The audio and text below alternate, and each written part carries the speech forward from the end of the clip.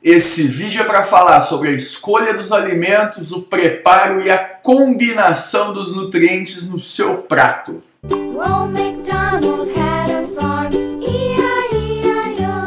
A primeira coisa então, assista os primeiros vídeos. Segunda coisa, eu posso comer qualquer alimento? Eu preciso ficar confinado a batata doce e frango? Mas por que isso acontece? Bom, primeiramente, a batata doce e o frango são realmente bons alimentos, eles têm muito nutrientes, são fáceis de monitorar, só que existe uma modinha, tá, ao redor desses alimentos. Você pode ingerir outras coisas, você pode comer arroz, você pode comer batata inglesa, você pode comer uma outra carne magra, tipo patinho, ou algum outro corte magro, e limpo também, de preferência, e as diferenças elas não vão ser grandes, talvez não seja nenhuma. Só que no bodybuilder a gente trabalha com o melhor que é possível, porque na competição cada detalhe conta. Então se o bodybuilder ele tiver que acordar às 3 da manhã para tomar um shake de proteína ou para comer 1 quilo de carne que seja, ele vai fazer isso. Então qualquer detalhe para o competidor importa. Se você não é um competidor e quer apenas que a sua barriga fique sem vergonha,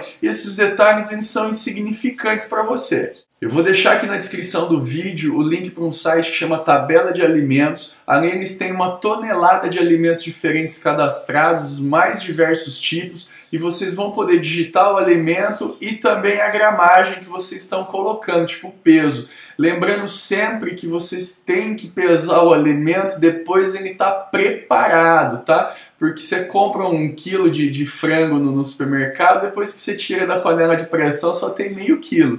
Então a gente conta sempre o alimento preparado de preferência, tá bom? Vocês também vão notar que há uma diferença nutricional entre tabelas diferentes, por exemplo, a tabela da USP, a tabela da Unicamp e essa tabela aí do site, que é uma tabela bem simplificada.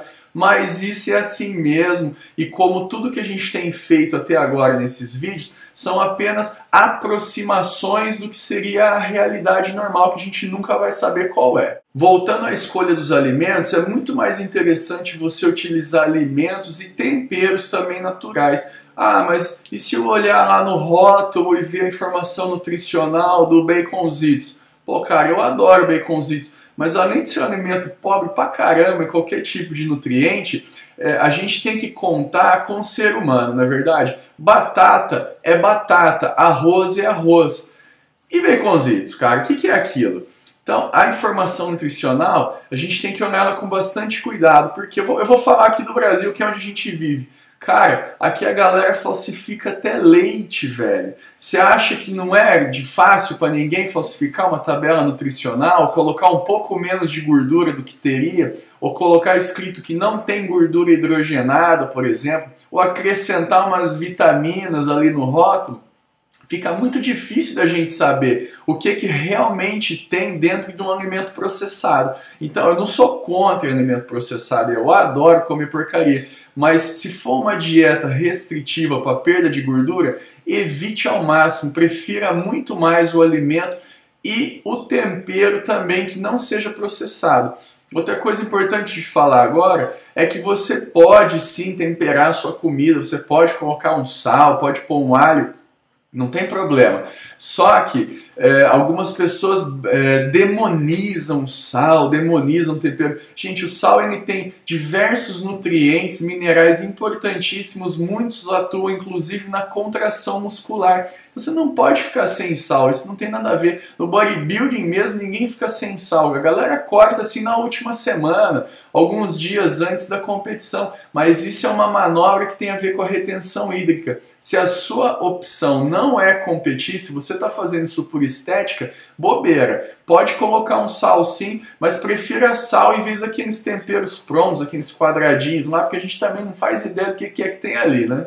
A opção pelos alimentos, geralmente no bodybuilder, a gente casa com uma fonte de carboidrato e uma fonte de proteína, às vezes 2. Mas por que os caras ficam nessa monotonia? Eu posso misturar arroz, feijão, batata, mandioca, tudo no mesmo prato? Pode. Se tiver dentro do teu balanço nutricional, que você já fez o cálculo do vídeo passado, Você pode sim, só que fica quase impossível você saber o que é que está acontecendo com o seu corpo e como é que ele está reagindo a cada alimento.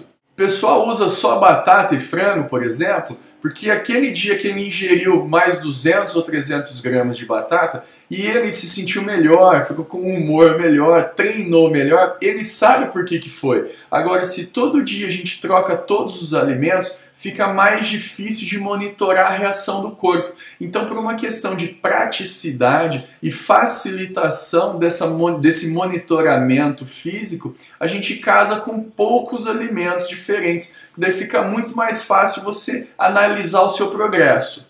E no caso da gordura, você vai contabilizar a gordura própria dos alimentos e o que faltar, que provavelmente vai faltar um pouco se você estiver comendo uma comidinha bem seca, é interessante você acrescentar gorduras de fontes vegetais. A minha favorita, que é a mais simples de todas, é o azeite de oliva. Mas você pode usar abacate, pode usar castanha, pode usar pasta de amendoim. Existe uma série de outras coisas que podem ser utilizadas nesse sentido. O preparo dos alimentos é importantíssimo. Então tem muita gente aqui que vamos supor que você não tenha uma frigideira antiaderente e vai querer grelhar lá um frango. Gente, se não é um fio de óleo ou de azeite que você pintou praticamente a chapa que vai fazer diferença na dieta. Se você estiver seguindo tudo muito direitinho, pode untar a forma lá para não grudar, cara, porque vai ficar um horror para lavar depois. Não é mais 1 grama, 2, 5 gramas de gordura numa refeição que vai fazer uma diferença assim tão grande. Então, não seja muito cavalo. Abre um pouco essa viseira, olha para o lado. São pequenos detalhes que influenciam sim, mas não é preciso exagerar tanto na maioria dos casos. Existe uma ideia muito forte na internet que chama "se cabe nos seus macros, então você pode comer", tá? É uma sigla em inglês que eu vou colocar aqui para vocês e diz mais ou menos o seguinte. No vídeo anterior, quando a gente fez o cálculo dos macronutrientes necessários para essa dieta, você ali, no quesito, vamos dizer assim, no carboidrato, você pode então comer um saco de baconzitos e se ele te der 20 gramas de carboidrato, você pode contabilizar aqueles carboidratos como já ingeridos e assim você poderia levar a sua dieta comendo basicamente qualquer coisa e desde que eles estivessem dentro do mesmo patamar dos macronutrientes, então você teria os resultados da mesma forma. Porém, o cara que criou isso, eu acho que nem ele sabe o bicho enorme que ele colocou no mundo, cara, porque isso aí acabou se tornando como tipo uma revolta contra a dieta limpa. A dieta limpa é aquela que você compra um alimento natural, você mesmo prepara ele com poucos condimentos, versus a dieta de comida processada, em que você compra potes, caixinhas e embalagens de coisa pronta. Ninguém precisa ser um expert para saber que batata é muito melhor que baconzitos e que o seu corpo ele vai reagir diferente, de diferentes formas em relação a diferentes alimentos, mesmo que eles contenham os mesmos nutrientes. Não é errado utilizar essa estratégia. É uma estratégia super boa porque é uma chatice sem fim. É uma grande monotonia ficar comendo todo dia a mesma coisa. Então, de forma geral, muitos preparadores orientam que você pode sim encaixar nos seus macros 10, 15, talvez até 20% de porcariada, tipo um chocolate, um bombom, uma paçoca, alguma coisa diferente para dar uma quebrada nessa dieta. E isso não vai interferir de forma assim tão negativa, de forma significativa no resultado geral. Agora, 10% das calorias é uma coisa. Outra coisa é acordar de manhã comendo baconzitos e dormir comendo fandangos achando que isso vai te emagrecer. Fica bem mais difícil regular o metabolismo com esse monte de porcaria. E no próximo vídeo eu vou falar sobre o parcelamento das refeições, de quantas em quantas horas a gente deve comer e também sobre o dia do lixo no mesmo vídeo. Valeu, galera, muito obrigado então e fiquem com a gente!